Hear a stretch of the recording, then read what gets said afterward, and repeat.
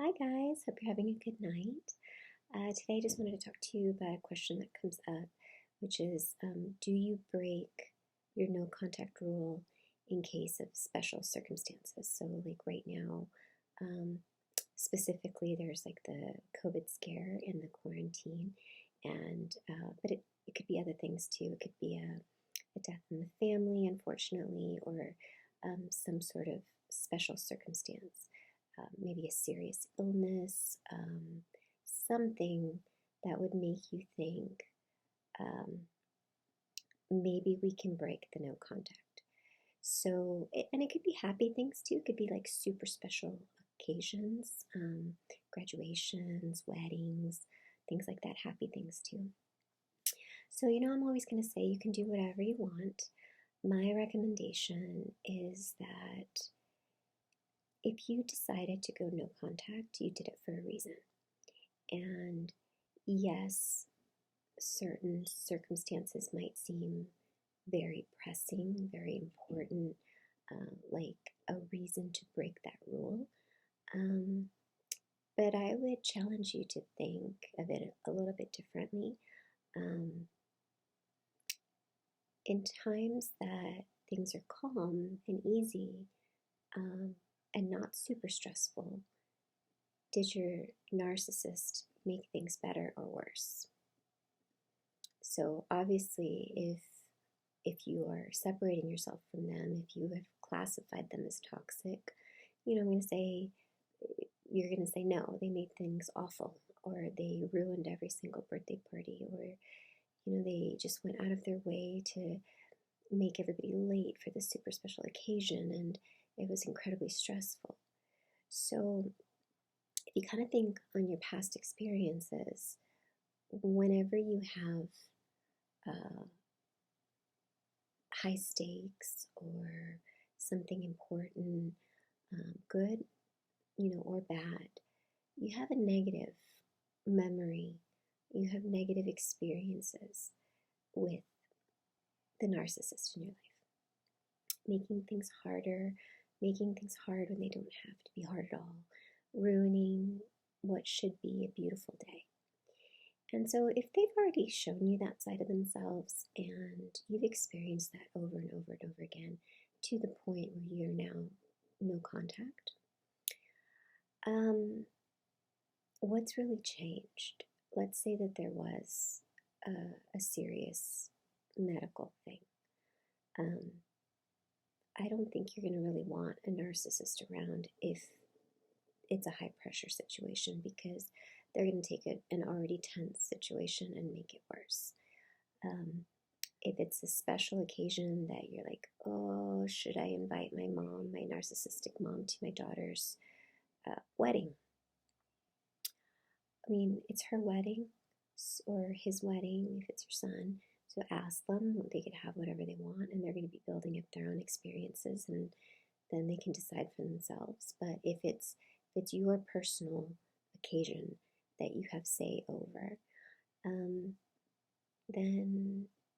I don't think you're under any obligation to give them a special pass, because you already have a history with them and you already know that they tend to destroy everything. So if it's something good that you're looking forward to, they don't have a right to ruin the day just because it's your mom, or ruin the day just because it's your dad or your brother. Like, they don't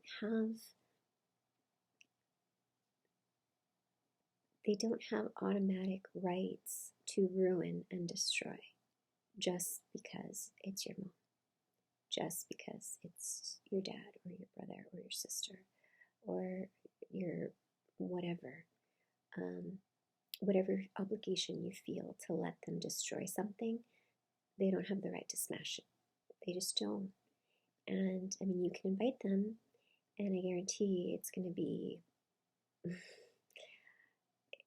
they're just going to do what they've always done. And because it's worked and it's upset you in the past, and so they're just wanting to upset you. And so that would be my recommendation, even if it's supposed to be something nice that typically normal people would invite their family members to. You're under no obligation. And and I also wouldn't try to control, like I have it my daughter's 20. If she decided she wanted to get married and she insisted on bringing my mom to the wedding, inviting my mom, I would strongly advise against it, and then she'd be old enough for me to give her specifics on why I think it's a bad idea. But ultimately, it's her decision to make. So I'm not going to be wishing for her day to be ruined, but I'm also, and I'm not going to be like, I told you so, because they're still hoping. My daughter would still be hoping. Um, I mean, I'm just making up hypotheticals. I think my daughter and I have spoken very clearly about my mother, and I would be very surprised if my daughter was pushing for that. But if she were to push for that, that would be her decision, and then it would be her experience that she needs to learn from herself for herself, because you can't force that kind of decision um, onto people. So you can make it for yourself, but you can't put it on other people to let them see themselves. You have to allow them to be shown um, and learn from their decisions. On the flip side, should you make a special occasion, make it a special exemption to break no contact if someone is, for example, sick? It's going to be a personal decision for you, because you never know. Somebody might genuinely be sick. But in my experience, I can say, me personally, I know that my mom did fake cancer, and I didn't know she was faking, but my outlook on it was that if she was faking, it's a terrible thing to fake, and I'm not going to play that. That's not going to be a reason why we open the gates to her. And so I said no. But I did that knowing full well that if my mom was genuinely sick, I would be okay with just not being a part of it. And that might sound very, very harsh and very cold, but I'm very confident that I'm not a harsh or a cold person. But it's just that I would feel like I'm sad for you. Like, I'll be praying for you. I hope that you can be relieved of some pain, and you can get help from the doctors. But that's not my fight. I'm not going to be the person that you go to help you through this, because it's just not my place. Like, we don't have that relationship anymore. It would be the same thing as with my neighbors, where if I heard some bad news about my neighbors, I'd say, oh my gosh, I'm so sorry to hear that. But there's boundaries there, and my response to them having cancer is not going to be the same as their sisters or their mothers or their brothers. And so to take that position is you have to just do whatever you feel comfortable with. And I feel very comfortable that if my mother was a normal person, with normal goals, and we had a normal relationship, and it wasn't a toxic, abusive relationship, that I would bend over backwards doing anything I could to help. But that's not what this is. This would be like an abuser is abusing you, and then they get hurt, and then they want you to help them get bandaged back up so that they can abuse you some more. So I just don't see the obligation, and I don't feel it. My sister, on the other hand, she did feel it. So my sister was in the same boat as me. In fact, she was no contact longer than I was, because I was still trying to get my sister to talk to my mom before I knew what was really happening. And so I was trying to get my sister to break her no contact rule that she had set for herself, or her limited contact. And I was trying to get her to break it because I didn't understand. But then once I understood, I was all in. And then when my mom faked the cancer, my sister took the other approach, and she was very upset. And she said, you know what? I feel like it's not true, but what if it's true? And I'm just not the type of person who could just be like, oh, well, my mom's sick, let me just go off and do something else. And so she and I kind of had a moment where um, she was kind of upset with me. She was just like, well, I'm not that type of person, and insinuating that I was. I just can't be that kind of person. And I'm not going to judge you for talking to her. I'm going to tell you that I think that you should be very careful and very, very aware and protect your children. But I'm not going to be mad at you for making that decision. That's your decision to make. And thankfully, my sister she was irked with me, but then she also gave me that same freedom where she did not agree with my decision whatsoever, but she understood why I made it. So we kind of took different paths. And then, time went on, and my sister realized, that there were no doctor's appointments and no specifics on stages, and there was nothing. And once my sister started talking to her, and once my sister was making regular contact with her and letting her speak to the children, and even letting her come to her home and spend time with the children, then, my sister just kind of, after a while, realized, okay, she got played. And she said to me, she was like, okay, yeah, okay, so mom was faking. I can't believe she faked it, but now that contact was established again, and she had a really hard time justifying going no contact again. It was really hard for her to just, so she was upset about it, but she was kind of accepting, like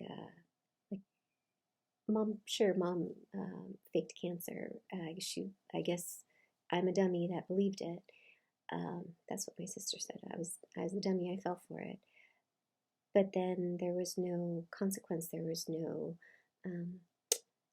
like confronting my mom about such a huge and horrible lie, because my sister just didn't want any more conflict. So that's her decision to make. And so when she reintroduced my mom into her life and into her children's lives, she started seeing the same old patterns, and they started having the same conflict, and she started separating herself slowly, slowly, slowly, slowly. And now she's to the point where she's very, very limited, and after a few really bad fights and a few things that my mom did to speak ill of my sister to her husband, and speak ill of my sister to her children, and to her children about their father, then my sister just said, mom hasn't changed. But yeah, so ultimately it's up to you, whatever you feel good about, whatever you can sleep well, knowing that you made the best decision for yourself. You have to be okay either way. So you're going to have to really prep yourself. Like if you decide, my mom says she's sick, which is very common. If your mom or your dad or your narcissist faked an illness or faked a cancer or whatever it is that they fake to try to bring you back in, could you do me a favor and just list it in the comments below, because I think it's helpful for other people to see. I was actually really surprised every time if I said something like, it sounds horrible, my mom faked cancer, but she's not the only one. There's lots of people who do that, lots of narcissists who do that. So don't feel stupid if you fell for it. Just know going into it that it's a possibility, and you just have to feel good about your decisions and your experience with them. Whether you go with your hunch, it's going to reinforce your gut, that your gut is making good decisions, nice, calm, not vindictive, not mean ones, but nice, calm decisions.